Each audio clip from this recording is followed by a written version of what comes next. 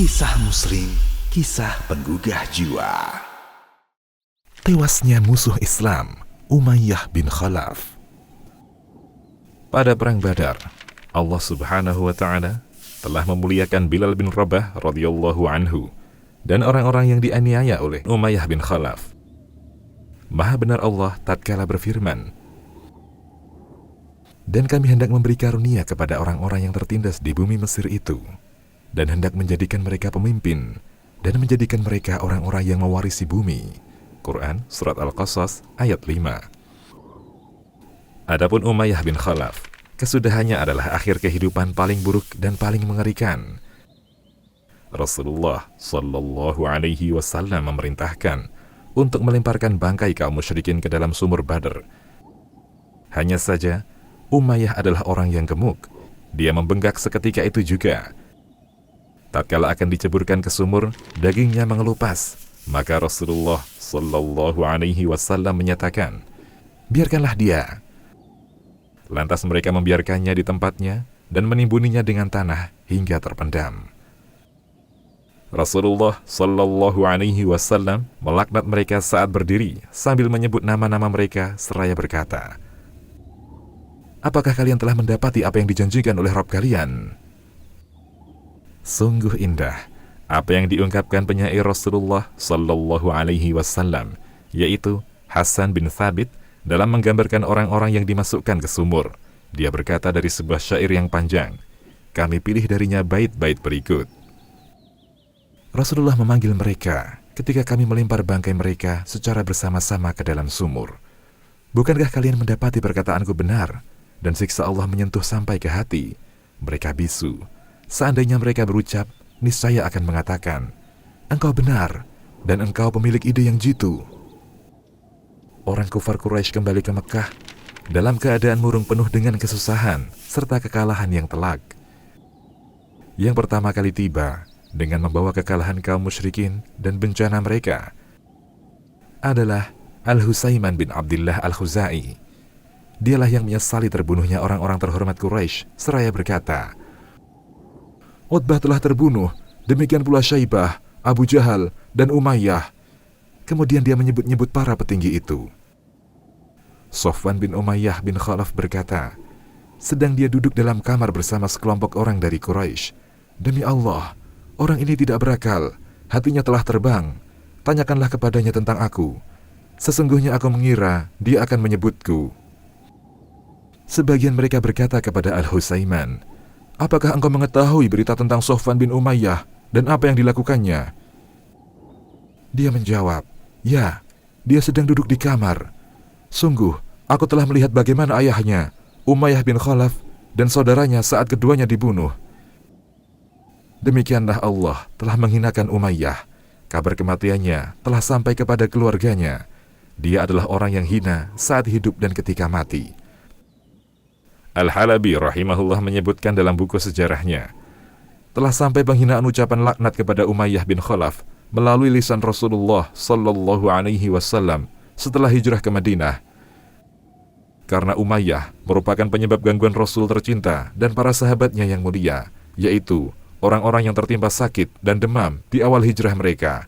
Rasulullah Sallallahu Alaihi Wasallam berdoa, Ya Allah, laknatlah Syaibah bin Rabi'ah dan Umayyah bin Khalaf, sebagaimana mereka mengeluarkan kami dari tempat tinggal kami ke tempat yang berwabah. Beliau Sallallahu Alaihi Wasallam mendoakan Umayyah bin Khalaf dan sekelompok kaum musyrikin tatkala mereka menyiksa beliau di Mekah. Mereka semua terbunuh di Badr. Karena itu di hari Badr, Rasulullah Sallallahu Alaihi Wasallam berdiri di atas sumur seraya mengajak mereka berbicara dengan menyebut nama-nama mereka. Wahai Utbah bin Rabi'ah, wahai Syaibah bin Rabi'ah, wahai Umayyah bin Khalaf, wahai Abu Jahal bin Hisham. Beliau menghitung mereka seraya bersabda, apakah kalian mendapati apa yang dijanjikan oleh Allah dan Rasul-Nya? Sesungguhnya aku mendapati apa yang dijanjikan Rabbku benar terjadi, yakni kemenangan. Ya, maha benar Allah Subhanahu wa Ta'ala dan Rasul-Nya Sallallahu Alaihi Wasallam. Janji Allah Subhanahu wa Ta'ala benar adanya. Umayyah bin Khalaf memperoleh kehinaan sebagai imbalan atas apa yang diperbuat oleh kedua tangannya. Dia menjadi salah satu penghuni neraka. Gembong kekufuran Umayyah bin Khalaf, salah seorang pemilik hati yang keras dari kalangan musyrikin Quraisy, termasuk salah seorang yang berbuat keonaran dan kerusakan di muka bumi dan merusak hubungan antar sesama manusia. Jelas bagi kita perjalanan hidupnya tidak tersisa celah dari kesempatan untuk mengganggu Rasulullah Sallallahu Alaihi Wasallam, melainkan Umayyah adalah salah seorang yang paling berperan di kalangan orang-orang yang berbuat kejam, baik dengan perkataan maupun perbuatan. Maka dia layak menerima siksa paling berat dari Allah Subhanahu wa Ta'ala di dunia, dan di akhirat lebih pedih dan kekal serta lebih dahsyat. Bagi orang yang menelusuri pemikiran Umayyah dan kejiwaannya, dia akan melihat Umayyah meliuk-liuk dalam hal harta yang hina sebagai bahan pertumbuhannya dan berkembang pemikirannya. Dia mengira bahwa harta dan kedudukan merupakan tonggak kehidupan dan tambatan kemuliaan.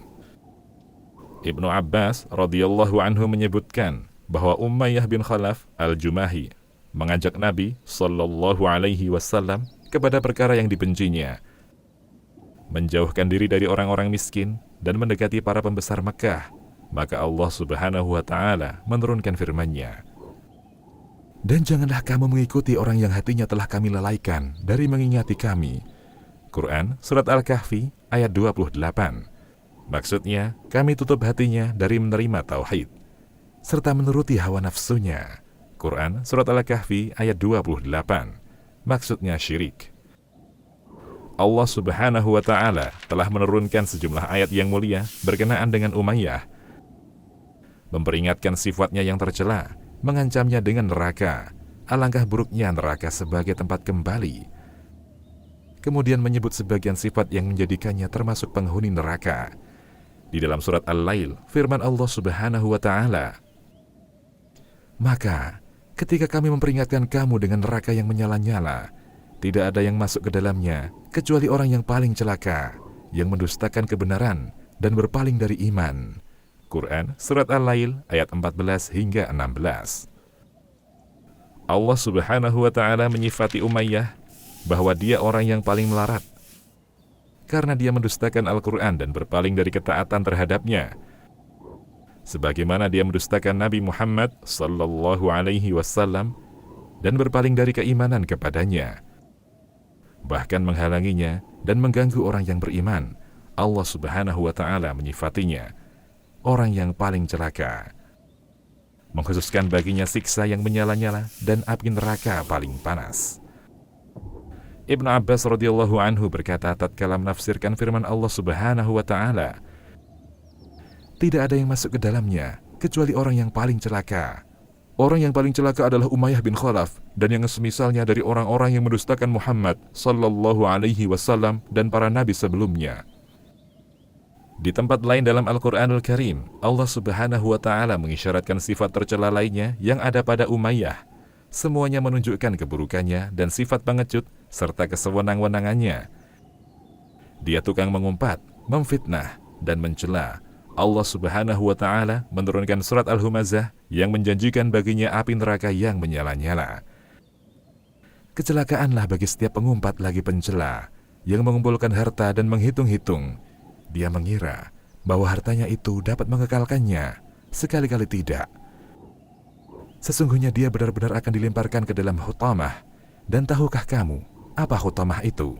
Yaitu api yang disediakan Allah yang dinyalakan, yang membakar sampai ke hati.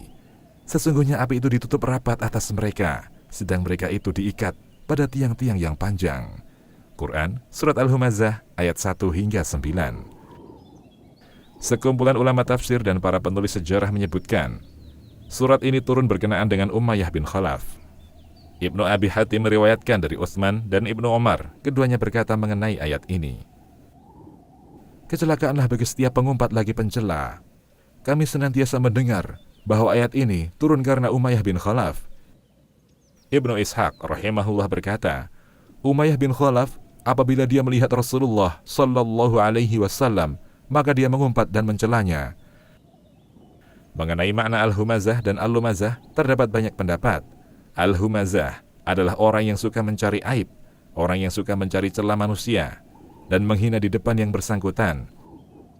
Al-lumazah adalah orang yang suka mencela, menjelekkan nasab manusia, dan menghina di belakang yang bersangkutan.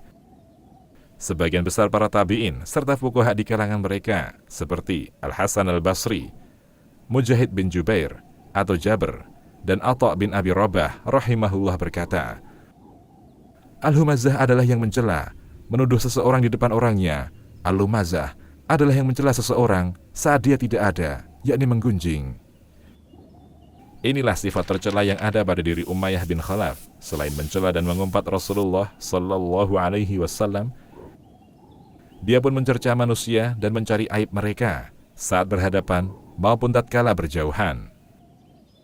Ialah akhlak terendah, karenanya dia dibalas selain dengan kekufurannya neraka Allah Subhanahu wa taala yang menyala-nyala yang disediakan untuknya dan orang-orang sepertinya, yakni mereka yang melakukan pelanggaran, melampaui batas dan durhaka terhadap perintah Rabb mereka.